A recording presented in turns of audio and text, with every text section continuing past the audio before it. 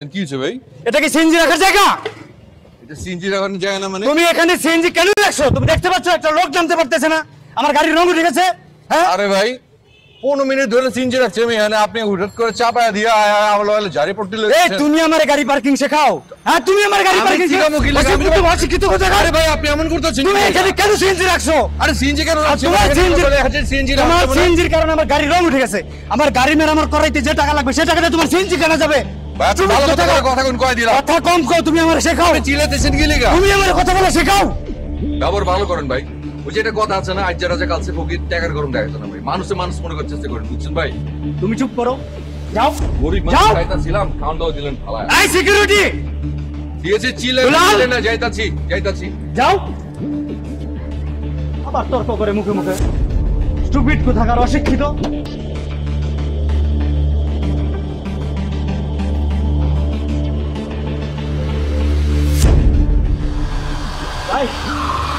ভাই ভাই ভাই ভাই ভাই একটু থামেন ভাই, ভাই একটু থামেন ভাই, একটু থামেন ভাই। কি হবে? আমি কইরা সিএনজি সামনে কেউ খারাই চাও বেরে গেলে।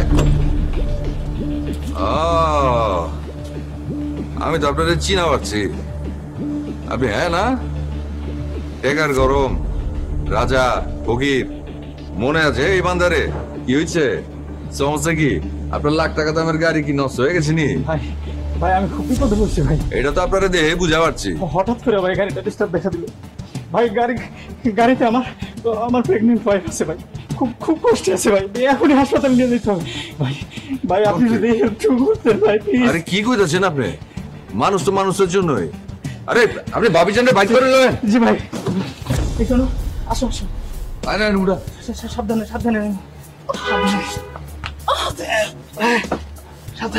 ভাবিজান সাবধানে পাদো।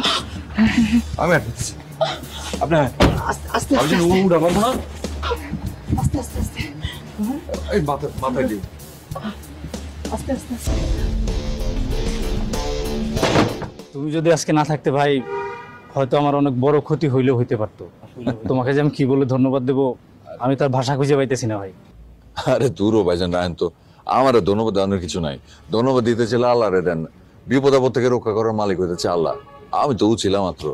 তুমি ভাই ঠিকই কইছো। আচ্ছা ভাই বলো তো তোমার ভাড়াটা কত দেব? আরে ধন মিয়া রাখেন, ভাড়া ভরে দিতে না। এই টিপু সবার কাছ থেকে ভাড়া লয় না। শোনেন, এই যে আপনার বিপদে পাশে দাঁড়াতে পারছি এতে আমি খুশি। বাস সত্যি কথা বলতে কি, তোমার মনটা অনেক বড়, তুমি অনেক বড় মনের মানুষ। আসলেই তো, এই তোমরা যারা সিএনজি চালাও তারা তো শুধু সিএনজি চালাও না, মানুষের সেবা করে বেড়াও। এই যে যেমন তুমি আজকে আমার করলা, এরকম কত মানুষের রাত বিরাতে মানুষের উপকার করে বেড়াও, তোমরা নিজেরাই জানো না।